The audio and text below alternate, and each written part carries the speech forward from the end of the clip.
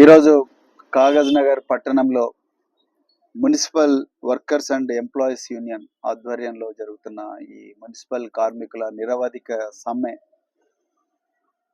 సంఘీభావంగా ఈరోజు భారత రాష్ట్ర సమితి నుంచి నేను, లెంగూరి శ్యామరావు గారు, ఓదెల్ గారు, ఇంకా మిగతా మనోహర్ గారు అందరం కలిసి ఇక్కడికి రావడం జరిగింది. ఇలా చాలా బాధగా ఉన్నది. ఎవరు మానవులు చేయలేని అత్యంత కఠోరమైన పని చేసే ఈ మున్సిపల్ కార్మికులు పిఎఫ్, ఈఎస్ఐ తమ డబ్బులను తమ ఖాతాలో వేయడం లేదు ఎందుకు అని అడగడం కోసం కూడా 19 రోజుల స్ట్రైక్ చేసే పరిస్థితి ఈరోజు కాంగ్రెస్ ప్రభుత్వంలో వచ్చింది. వీళ్ళ బాధలు వినే నాదుడు ఎవ్వరు కూడా లేరు. మరి మున్సిపల్ అడ్మినిస్ట్రేషన్ శాఖ మంత్రి సాక్షాత్తు ముఖ్యమంత్రి గారేమో అమెరికాలో ముసిసిపి, ముస్సోరి నదుల మధ్యలో అందాలను చూడడానికి మరి ఆయన అక్కడ తిరుగుతా ఉన్నారు. ఇక్కడనేమో ఎవ్వరు కూడా ఈ కార్మికుల గోస పట్టించుకునే పాపాన పోలేదు. మరి ఉన్నతాధికారులు ఎవరు ఏమైనా చేస్తున్నారా లేదా తెలియదు. జిల్లా ఇన్ఛార్జ్ మంత్రి ఏమైనా వీళ్ళ బాధలు వింటున్నారా లేదా తెలియదు. 19 రోజులు స్ట్రైక్ చేయాల్సిన అవసరం ఏమొచ్చిందో, మరి ఆ స్థాయికి ఎందుకు ఈ పరిస్థితి దిగజారిందో నిజంగా తెలంగాణ ప్రజలకు అర్థం కావడం లేదు. ఇక విషయానికి వస్తే ఈరోజు ఇక్కడ 191 మంది కార్మికులు ఉన్నారు. అందులో కేవలం 15 నుంచి 20 మంది మాత్రమే పర్మనెంట్ కార్మికులు. మిగతా 170 మంది అవుట్ సోర్సింగ్ పద్ధతిలో నియమించబడ్డ కార్మికులు.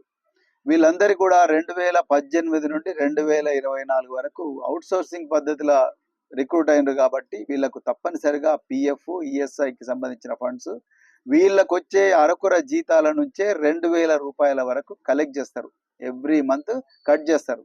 అంటే 20,000 రావాల్సిన చోట 18,000 ఇచ్చి ఆ 2,000 రూపాయలు వీళ్ళ ఖాతాలో జమ చేయాలి. కానీ ఇక్కడ అత్యంత గమ్మత్తైన విషయం ఏంటంటే, ఈ 2,000 రూపాయలు గత 6 సంవత్సరాల నుంచి కట్ చేసినవి వీళ్ళ అకౌంట్లలో లేవు.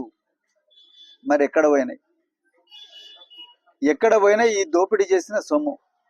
రేపు వీళ్ళ పిల్లల పెళ్లిళ్లకు లోన్లు తీసుకోవాలన్నా గవర్నమెంట్ ఉద్యోగస్తులు అయితే జీపీఎఫ్ లోన్ తీసుకుంటారు. అవుట్ సోర్సింగ్ ఉద్యోగస్తులు అయితే పిఎఫ్ నుంచి లోన్ తీసుకుంటారు. ఈ జీపీఎఫ్ లోన్ తీసుకోవడం కోసం ఈరోజు వీళ్ళ ఖాతాలలో డబ్బులు లేవు. వీళ్ళ ఖాతాలో డబ్బులు లేకపోతే వీళ్ళు లోను తీసుకోలేరు.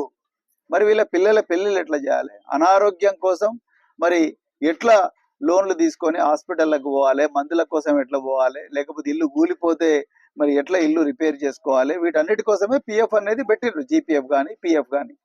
మరి ఈరోజు ఆ పిఎఫ్ 6 సంవత్సరాల నుంచి కట్ చేసిన పిఎఫ్ తాలూకు డబ్బులు ఎవరి ఖాతాలో పడ్డాయి? కమిషనర్ ఖాతాలో పడ్డాయా, లేకపోతే ఉన్నతాధికారుల ఖాతాలో పడ్డాయా, లేకపోతే మరి మున్సిపల్ శాఖ మంత్రి ఖాతాలో పడ్డాయా, లేకపోతే ఈ డబ్బులు ఏం చేసిండ్రు? అదే అడుగుతున్నారు వాళ్ళు. మా అకౌంట్లలో మా డబ్బులు చూపిర్రి. మీరు 2021లో ఇక్కడి నుంచే మున్సిపల్ కమిషనర్ ఒక లెటర్ రాసిండు, నా దగ్గర డబ్బులు లేవు, మీ దగ్గర